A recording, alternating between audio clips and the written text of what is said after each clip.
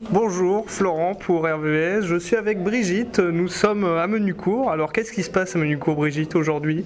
Eh bien, il se passe l'été latino. Durant 2 jours, nous allons faire des cours de salsa, nous allons danser puisqu'il y a une soirée dansante, un repas cubain également, et nous aurons des cours, le marathon Zumba demain, dimanche, donc demain dimanche, dans l'après-midi.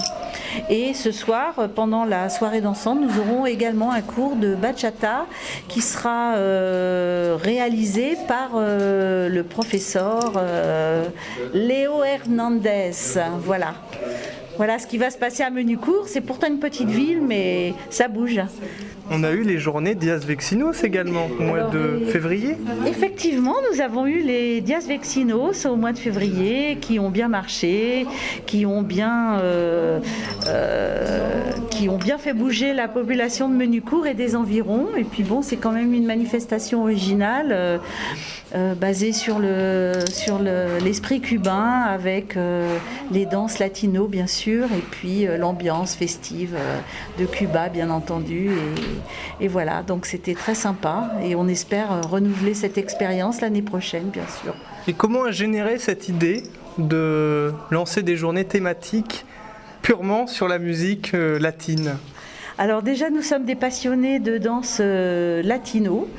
Et le coach Ray Leon, qui est à l'origine de cette association Salsa Vexin, est un passionné, il est fou, il est fanat de salsa et de danse latino-caribéenne, et c'est grâce à lui que cette association a vu le jour, et il la porte de ses bras, de sa couronne de Ray Leon, et il espère faire connaître dans toutes les environs et donner l'envie et l'amour de cette musique et de la danse à tous les gens qui sont autour de lui. Voilà. Et quelles sont les différentes danses, les différentes typologies entre la bachata, le kuduro, la salsa, la zumba? Alors, donc la salsa, comme son nom l'indique, c'est de la salsa, c'est de la sauce, ça vient... Les origines, je ne pourrais pas trop vous dire, mais en tout cas à Cuba, on la danse d'une certaine façon, à Porto Rico encore d'une autre manière, en Colombie c'est encore aussi différent, on la danse également au Mexique, on la danse dans tous les pays latino-américains. En ce qui concerne la bachata, c'est plutôt une danse langoureuse et rythmée qui vient de République dominicaine, qui est très festive aussi. Pourtant, la musique parle que de choses tristes. C'est une musique gaie, mais avec des choses tristes. Mais c'est vraiment magnifique comme danse et c'est très festif, comme la salsa du reste, mais c'est différent. Vous avez également, nous, on est des passionnés de kizomba, donc c'est ce qu'on appelle, entre guillemets, le tango africain. Alors c'est un mélange de tango et de rythme africain. On va dire que ça va un peu remplacer le zouk, mais c'est pas du zouk, c'est du tango africain, c'est de la kizomba. Voilà, donc et ça c'est une musique absolument magnifique, rythmée par les congos, enfin comment on appelle ça, une sorte de batterie, c'est sublime, hein, c'est vraiment très très beau, c'est très très très sensuel, c'est très lent et donc ça s'apprend assez rapidement malgré le fait que ça soit très technique. Alors le kuduro c'est très différent, c'est moi quand j'étais en vacances dans une île, on appelait ça le Madison sénégalais. Je pense pas que ça soit du Madison sénégalais, c'est juste une danse un peu rythmique africaine, mais qui se danse comme un Madison, c'est-à-dire que c'est une choré qu'on danse à droite, à gauche et qu'on change tout le temps. C'est vachement sympa, ça fédère le monde, c'est vite fait à apprendre, c'est rigolo, c'est des gestes africains avec des grands gestes, ça bouge bien de partout, on peut bouger les bras, la tête, les doigts de pied, enfin c'est génial quoi, c'est très sympa. Et vous m'avez parlé d'une autre danse. Zumba. Alors la Zumba, c'est très différent. La Zumba, c'est simplement de la musique latino. Et sur cette musique latino, vous avez des chorégraphies. Et ces chorégraphies durent le temps de la musique. Et alors, selon la professeure, il y a une influence soit hip-hop, soit ça peut être oriental, soit ça peut être carrément latino, vraiment latino, ou vraiment salsa. Mais c'est des mini-chorégraphies sur une musique latino, et c'est du fitness, en fin de compte, c'est du fitness. Voilà, donc c'est pas une danse à proprement parler. La danse reflète la culture de certains pays. Tout à fait, c'est exactement ça. Et bon, maintenant c'est arrivé en France. Nous, je vous dis, on est des passionnés, hein, on est des fous de cette musique et on peut plus s'en passer parce que moi j'ai quand même un certain âge maintenant et je me retrouve comme si j'avais 25 ans, quoi. J'adore. Je pourrais très bien danser avec un jeune de 18 ans, je pourrais danser avec un monsieur de 70 ans. J'ai le même plaisir, c'est trop sympa, quoi. C'est génial, j'adore. Et c'est des rythmes universels? C'est des rythmes universels. Moi, j'ai voyagé beaucoup et par exemple, je suis allée à Hong Kong et j'ai dansé la salsa avec un Chinois à Hong Kong. Donc, il y avait une soirée, une soirée et j'ai dansé à Hong Kong la salsa. Donc, et je l'ai dansé tel que je l'ai appris ici. Donc, c'est ça qui est génial. Voilà. Je suis allée également... j'étais une fois à Cuba, mais j'ai dansé avec un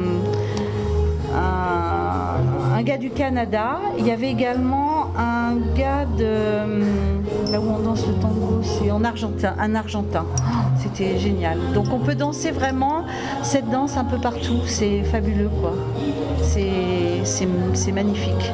Après, c'est la question du niveau. Toujours dans l'accueil et dans la bonne humeur quand on fait de la salsa. Toujours, on rigole. Et quand on se gourde de pied ou que le danseur vous marche dessus, on en rigole.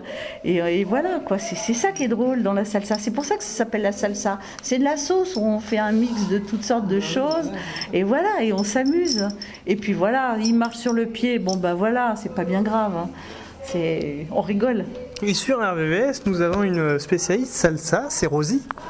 Écoute, spécialiste, je ne sais pas, en tout cas bonsoir, Rosie pour RVVS. Le bonheur dans ses yeux quand elle parle de la salsa, quand elle nous dit le plaisir et puis tout ce que toutes ces danses réunies peuvent apporter. Alors il faut qu'elle nous dise comment elle a fait pour arriver, voilà. Le comment, le pourquoi, le où et le quand, voilà. Alors, c'est une longue histoire. C'était, on va dire, il y a une dizaine d'années.